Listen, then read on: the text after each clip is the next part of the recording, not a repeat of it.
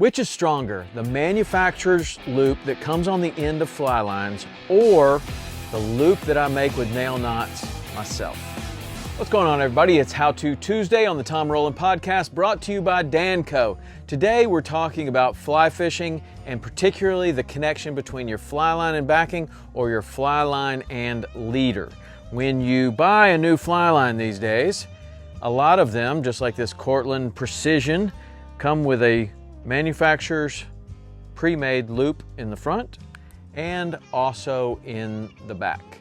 So what you would do here is a loop-to-loop connection with either a Bimini twist to your backing or some sort of other loop knot to your leader.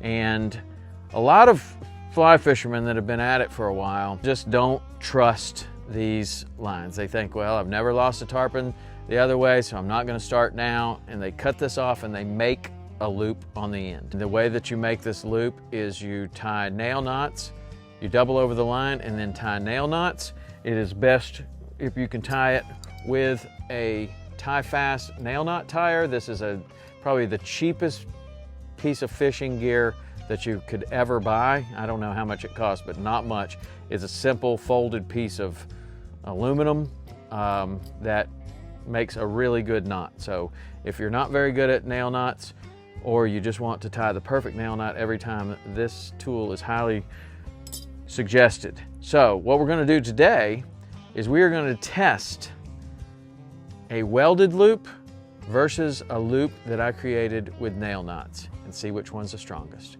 Here we go. Did that surprise you? Because it sure surprised me. The manufacturer's welded loop was not only stronger than the loop that I made myself, but it was actually stronger than the line. This is the one that actually broke. You can see that the loop is here. There's no compromise whatsoever on the welded loop, and it broke down in the line right here. So that means that this part is stronger than the line.